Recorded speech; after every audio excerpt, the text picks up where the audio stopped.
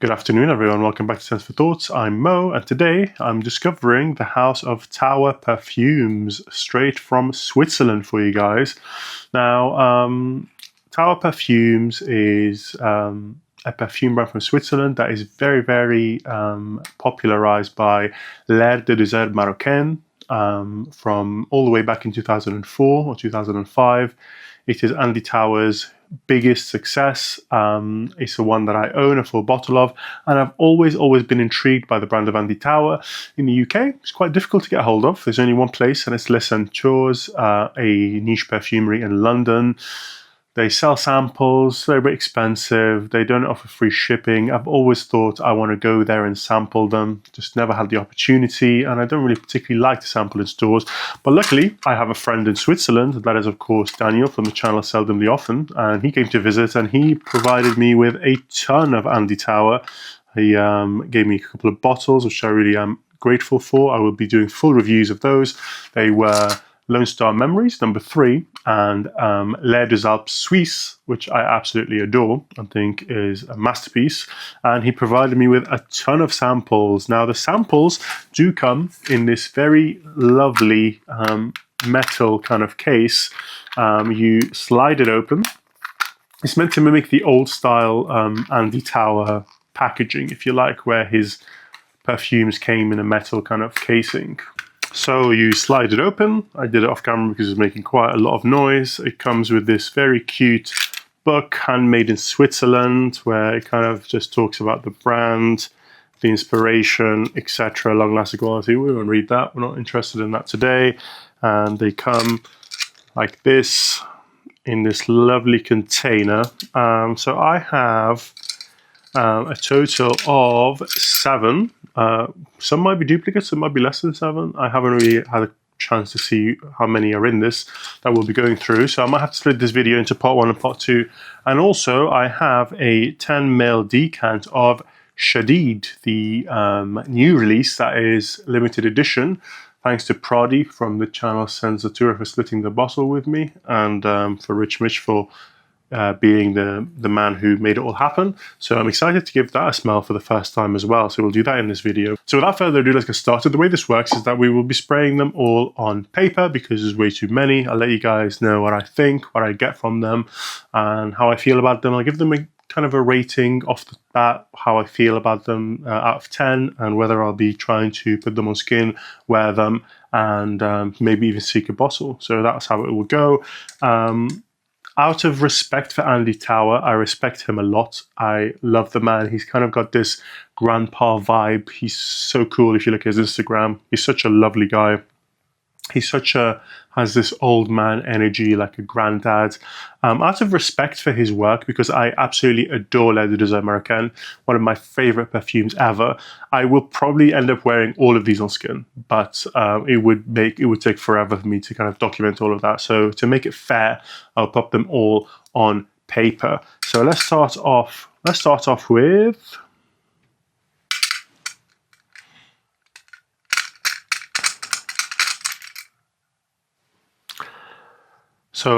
with Au Coeur du Désert. Now, this is called Au Coeur du Désert, which is the heart of the desert. L'Air de Désert Marocain is the original. This is a flanker, an extrait version is what people say. L'Air de Désert Marocain is the air of the Moroccan desert, whilst this is the heart of the desert. So I'm expecting some more ambriness, more intensity. I'm excited about this. I have never smelt it before. There is a bottle going for cheap in my local marketplace. I was very tempted, but I thought, hold on, I bet Daniel's giving me a sample. Let's test it out. And that's how we're here. So I have a vested interest to see what this is about, see if I would want to swing for that bottle. Let's give it a go. Pretty good atomizers. They might even be better than Andy's full bottles, which suck. Okay, so fair play. The atomizers on this are better than the real bottle. Okay, let's give it another spray. Why not? I want the full experience, you know?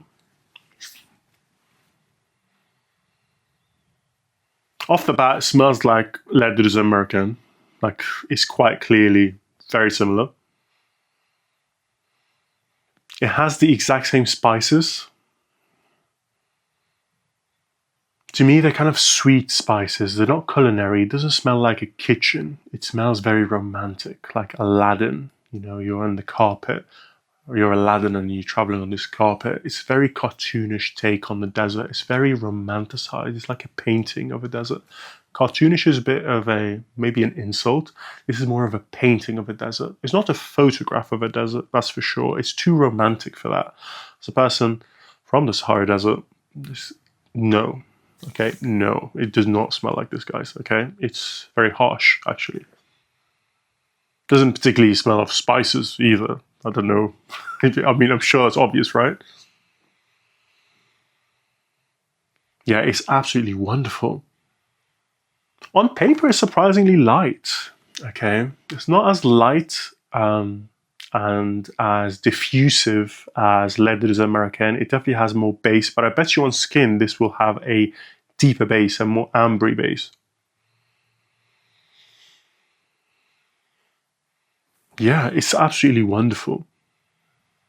Off the bat, I want a bottle of this. Is it redundant to Leather des Americaines? Probably. Okay, probably. But I do want to support Andy because he's such a nice guy. He's everything to do with niche perfumery that we know and love. He's pretty much a one-man team. He makes it, bottles it, ships it to you himself. I can just imagine him putting it all in the back of his tiny car. I don't know why he'd have a tiny car. I'm sure he's very rich, but he just strikes me as so humble. And he just ships these things himself. He queues in the post office over there in Switzerland. And like mentally, he's all the triggers to be like, I want to collect his bottles. But I'm not a collector. Okay, so let's be realistic here. This smells quite redundant to Leather des Americaines. It smells almost exactly the same on paper. Just not as, it's just more still. It doesn't move around as much. It's more tightly knitted. It's like if it's a fabric, it's more tightly knitted, whilst the other one is like one of those fabrics that you can see through and like you can stick your finger through it. You know what I mean? I'm not good with materials, guys, sorry, but that's the example that I think of. This is like a tightly knit fabric. The other one is more diffusive, but this is just as beautiful. So off the bat, there's an 8 out of 10. I'm interested in a bottle, but I'm going to have to hold back, test it on skin and see if it is redundant or not, because I have a feeling it will be. And it's more expensive as well, so you have to consider that. So that was Accord de Dessert.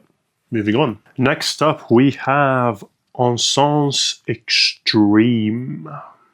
Very dangerous name. Let's see what this is all about. Extreme incense. I wonder where it will go. Smoky, resinous, both. Very interested in this. Wow, nice sprayer. Oh yes, this is a good one. It's both. It's quite resinous though to me. Something fresh about it, but something dusty about it. It smells like I've just opened a metal tin of olibanum. You know, the actual resin, those yellow rocks. They haven't been open for a while. They're not lit. It's not that smoky. This is almost like a pure olibanum kind of thing. It's citric, slightly lemony. You know how the olibanum rocks are like yellow? And they can be, resinous stuff can be citric naturally. Very dusty. Dusty olibanum. You've just opened it, this pot, and it's kind of like got dust from how the olibanum rocks are all kind of mixing in there. Maybe you shook them when you were moving them, and it's kind of like just opened up.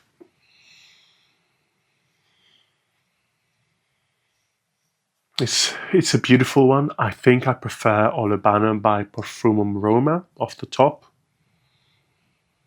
But this is another one that I think you just need to put on skin. It's fantastic though. I'd give it a 7 out of 10 off the bat. I'm interested to try this on skin for sure. So that's Incense Extreme. It doesn't, on paper, it doesn't seem to be very complex. It just seems to be like very straightforward. Here's some olibanum, but there's something mentholated. It's giving me that spice, mentholated, like pepperiness in the nostrils, like a nostril sensation. Very interesting. I'm not a huge incense head, to be honest with you. I don't keep a lot of incense perfumes around. This has not gone straight to the top. I feel like this is one that's so simple that to understand its complexities, you have to wear it a few times and like get to love it. But it's beautiful. This is more of a 7 out of 10. Let's move on. Next up, we have Sundowner. Interesting. Very interesting. So when I think of sundown, I think of the color orange. I wonder what this will have. Will it have orange, mandarin orange, orange? Will it have rose? Will it have spices? Something ambery because of the color of the sunset. Very interesting. I have no idea what this is about.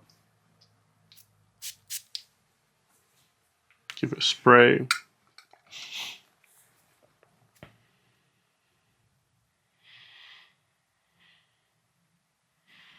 Oh my god, what is that? It smells like very photorealistic of dried figs. What? I don't like dried figs, I despise them. I just don't like the flavor or texture. Disgusting. Fresh fig? Cool. It smells like a dried fig. I am a little bit sick this week, so my sense of smell is not the best, but let's carry on. Okay, it's very figgy, but there's something cola-like about it.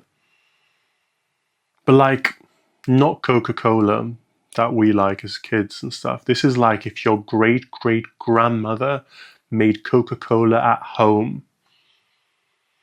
So a bunch of medicinal, spicy stuff in here. There's definitely some cinnamon. Maybe she's put in like some dried rose petals or something ludicrous. And you're like, I don't want to drink that. Why is it hot as well? You know, one of those drinks. Something sweet, spicy.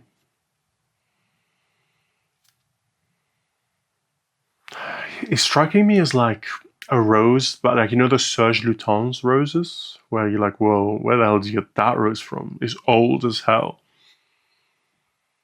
It's like a Serge Lutens rose with cinnamon and spices and florals. And you know how Coke has that bergamot? That's like one of the big components of Coca-Cola. Or like Earl Grey tea. I think Earl Grey tea is definitely bergamot. I'm not sure if Coca-Cola is bergamot. But this has that bergamot-y thing as well. Very interesting. It smells like a Serge Lutens in the best way possible. It's like a big compliment, to be honest. Definitely interested to try that on skin. I'd give this a 7.5 out of 10. I feel like this will really need skin to blossom. But yeah, 7.5. It's brilliant.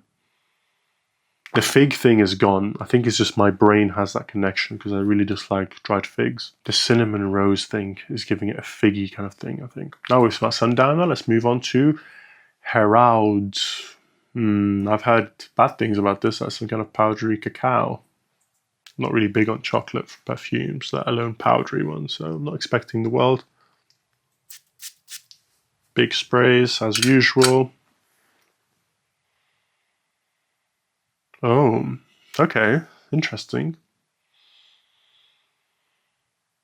Off the bat, this smells like something PDM would make. Okay, something likable about this. It's sweet and chocolatey and powdery.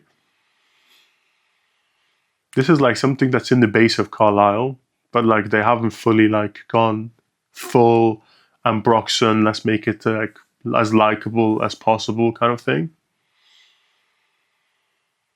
Is there tobacco in this or something? Just reminding me of like one of those PDM dark bottles for some reason. It's sweet, it's powdery, it's cacao. Yeah, it's definitely not my style of perfumes. There's something synthetic about it that I'm finding quite irritating. Yeah, I'm not sure about this one, guys, I have to be honest. Not enjoying it. This is one of those where it could go in like one of two directions. It could remarkably improve on skin or remarkably become even worse. So this will either become like an 8 out of 10 or like a 4 out of 10. On paper, I'm giving it a 6 out of 10. It's kind of reminding me of something that I have. Fahrenheit Le Parfum, which is like a bourbon vanilla.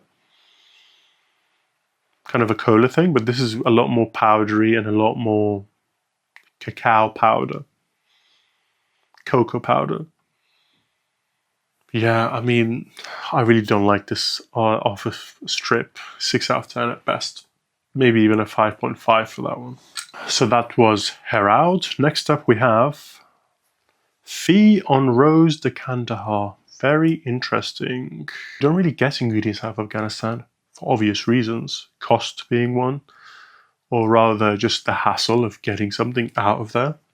Must be a challenge.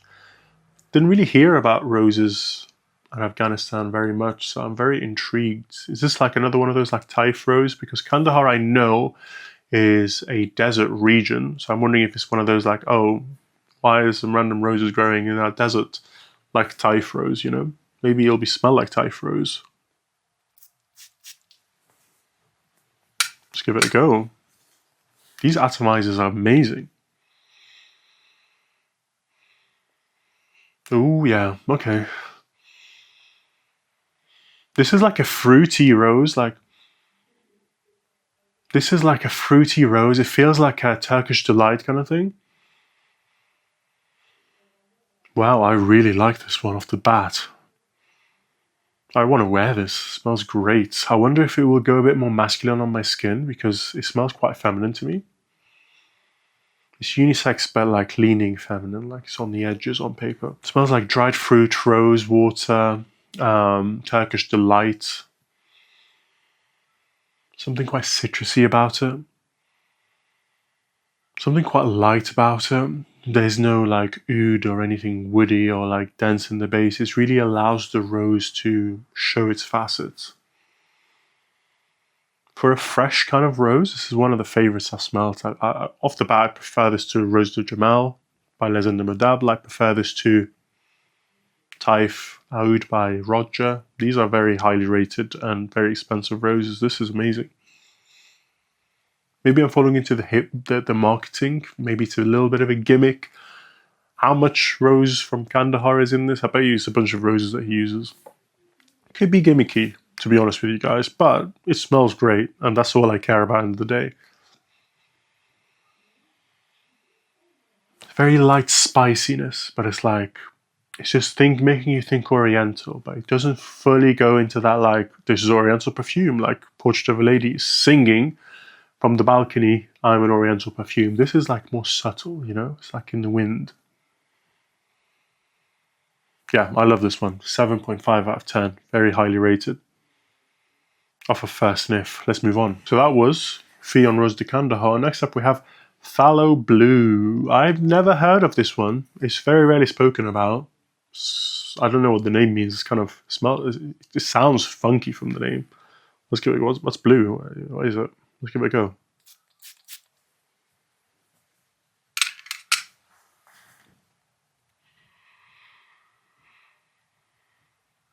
Oh, okay. Okay. It's herbal off the bat. Something sweet and creamy with something very herbal.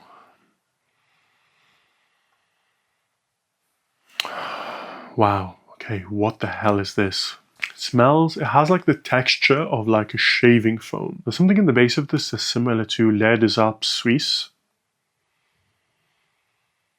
But something very sharp and herbal. But then it also smells kind of like, you know, it's not fully seaweed like the ones you eat, but you know there's like random plants on the beach. You're like, what the hell is this? Kind of smells like those. Or maybe herbs growing on the beach. You know, above the sands there's a cliff and there's like herbs growing, but I can't name the herb. It's not like obvious, like rosemary, thyme, basil, them kind of things. Not tarragon, I don't think, because I know what tarragon smells like. Surprisingly fresh and refreshing. Yeah, this is quite nice. 7 out of 10 off the bat. I'm also interested to wear this. At the moment, I'm interested to wear all of them. Just a bit hesitant about that chocolate Heraud. Expecting a nightmare, potentially, or a greatness.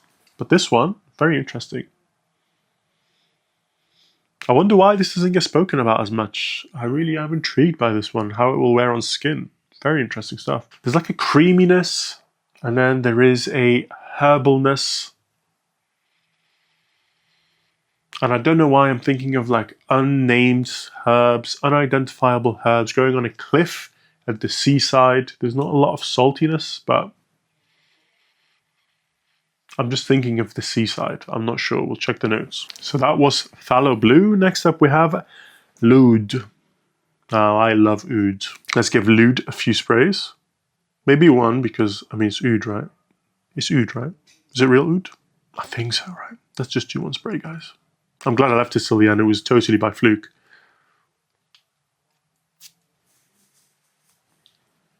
So that's Oud.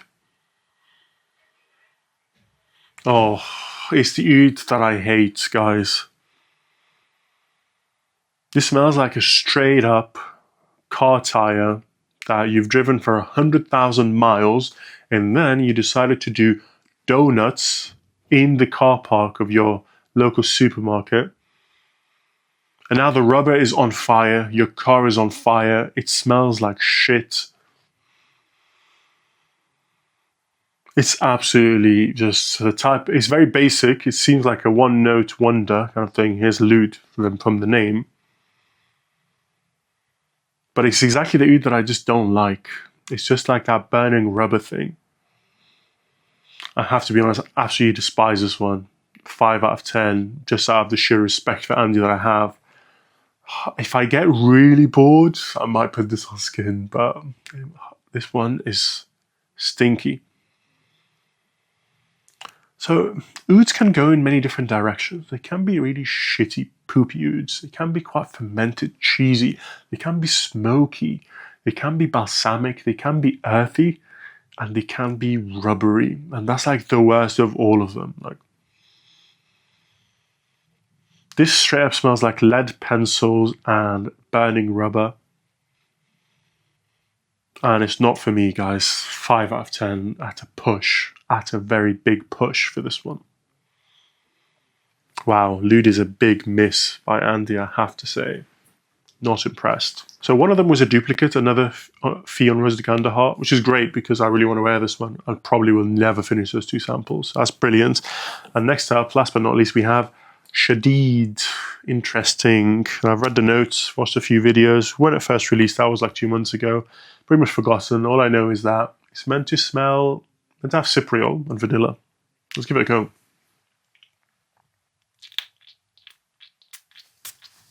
Whoa, these bottles spray a lot. Holy cow.